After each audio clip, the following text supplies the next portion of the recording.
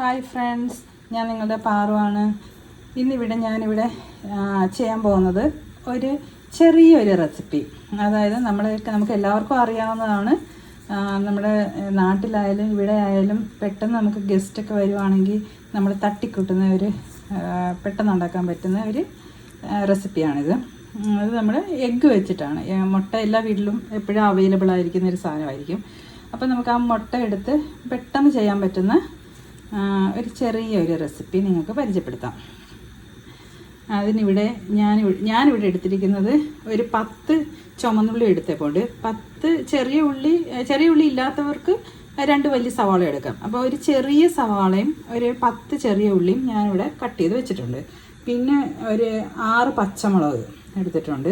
പച്ചമുളകാണ് ഇതിൻ്റെ ടേസ്റ്റ് മുഴുവൻ. അപ്പോൾ അതുകൊണ്ട് തന്നെ പച്ചമുളക് നന്നായിട്ട് എടുക്കണം. നമ്മളിത് റെഡ് ചില്ലി യൂസ് ചെയ്യുന്നില്ല.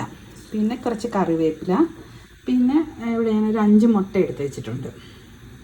ഇത്രയാണ് ഇവിടെ ഇതിൻ്റെ ഇൻഗ്രീഡിയൻസ്.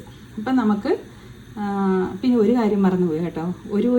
ഒരു ചെറിയ സ്പൂൺ, അതായത് ഒരു ടീസ്പൂൺ ഇഞ്ചിയും കൂടി ഇട്ട് കഴിഞ്ഞാൽ നല്ല ടേസ്റ്റാണ്. ഇഞ്ചി കൊത്തിയരിഞ്ഞും കൂടി എടുക്കാം. ഇതെല്ലാം ഒരു ബൗളിലോട്ട് ഇട്ട് കൊടുത്തിട്ടുണ്ട്. ഇനി ഇതിലേക്ക് ഒരു 2 ടേബിൾ സ്പൂൺ കോക്കനട്ട് തേങ്ങ തിരുമിയതും കൂടി ഇട്ട് കൊടുക്കാം നമുക്ക്. അപ്പോൾ ഇതൊക്കെ നിങ്ങൾക്ക് എത്രയാണോ വേണ്ടത് അത് ഡിപ്പെൻസ് ഓൺ യു. നിങ്ങൾക്ക് ഇതിൽ കുറച്ച് കൂടുതൽ വേണമെന്നുണ്ടെങ്കിൽ കൂടുതലിടാം. തേങ്ങയൊക്കെ കൂടുതൽ വേണ്ടവരുണ്ടല്ലോ. അപ്പം ഇത് ഞാൻ കുറച്ച് ഇട്ടിട്ടുള്ളൂ. ഒരു 2 ടേബിൾ സ്പൂൺ ഇട്ടിട്ടുള്ളൂ. നിങ്ങൾക്ക് കൂടുതൽ വേണമെങ്കിൽ അതിനനുസരിച്ച് ഇടാവേ. എന്നിട്ട് ഇതിലേക്ക് നമുക്ക് ഈ മുട്ട പൊട്ടിച്ചൊഴിക്കാം. പിന്നെ ഒരു നുള്ള് മഞ്ഞൾപ്പൊടി ഇടാം. മഞ്ഞൾപ്പൊടി ഇടാൻ ഇഷ്ടമില്ലാത്തവർ അത് സ്കിപ്പ് ചെയ്യാം. മുട്ട ഇതിലേക്ക് ഇട്ടിട്ടുണ്ട്. ഇനി ഇത് കുറച്ച് ഉപ്പിടാം. ഉപ്പിട്ടിട്ട് ഇതെല്ലാം കൂടെ ഇത് ഇങ്ങനെ അല്ലാതെ നമുക്ക് ഉള്ളിയൊക്കെ വഴറ്റിയിട്ട് അതിൻ്റെ മുകളിലേക്ക്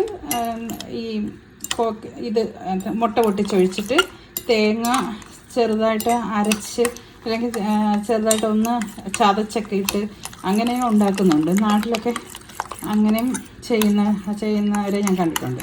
അപ്പം ഞാനിവിടെ ചെയ്യുന്നത് ഇങ്ങനെയാണ്. ഇത് എനിക്ക് കുറച്ച് ഈസി ആയിട്ട് തോന്നി. കാരണം നമ്മൾ ഈ ഓംലെറ്റൊക്കെ ഉണ്ടാക്കാനായിട്ട് എടുക്കുന്നത് പോലെ തന്നെ ഉള്ളു.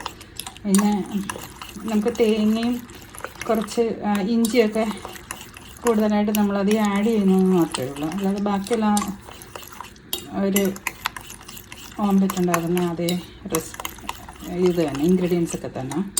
അപ്പം നമുക്കിനി ഇത് നന്നായിട്ട് ആക്കിയിട്ടുണ്ട്. ഇനിയിപ്പം ഇതിലേക്ക് നമുക്ക് ഫ്രൈങ് പാനിലേക്ക് കോക്കനട്ട് ഓയിൽ ഒഴിക്കാം. വെളിച്ചെണ്ണ തന്നെ ഒഴിക്കണം. വെളിച്ചെണ്ണ ഒഴിച്ചാൽ നമുക്ക് നാടൻ റെസിപ്പി അല്ലേ. അപ്പോൾ ഒരു നാടൻ ടേസ്റ്റ് കിട്ടണമെങ്കിൽ വെളിച്ചെണ്ണ തന്നെ ഒഴിക്കണം.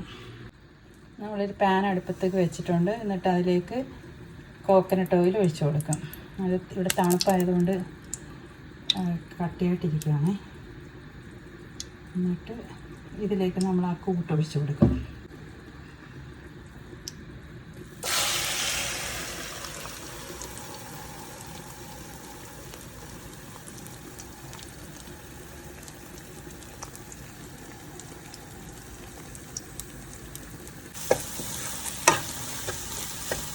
നല്ല മണം വരുന്നുണ്ട്.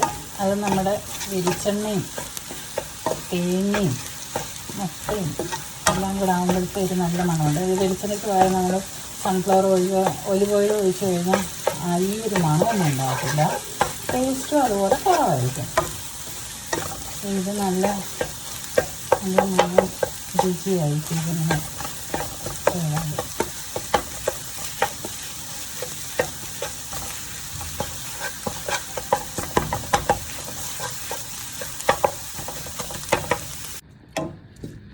അങ്ങനെ നമ്മുടെ മുട്ടത്തോരൻ റെഡി. ഭുജി ഉണ്ടാക്കുന്നെങ്കിൽ കുറച്ച് മുളക് പൊടിയും ഒക്കെ ഇട്ട് മസാലയൊക്കെ ഇടും. തേങ്ങ അപ്പോൾ നമ്മൾ ഒഴിവാക്കും കേട്ടോ. പിന്നെ ഇത് നമ്മുടെ നാടൻ റെസിപ്പി ആയതുകൊണ്ട് നമ്മൾ തേങ്ങയൊക്കെ ഇട്ട് വെച്ചിരിക്കുന്നു. അപ്പോൾ വേറൊരു റെസിപ്പിയുമായിട്ട് നമുക്ക് വേറൊരു ദിവസം കാണാം. അതുവരേക്കും ബൈ.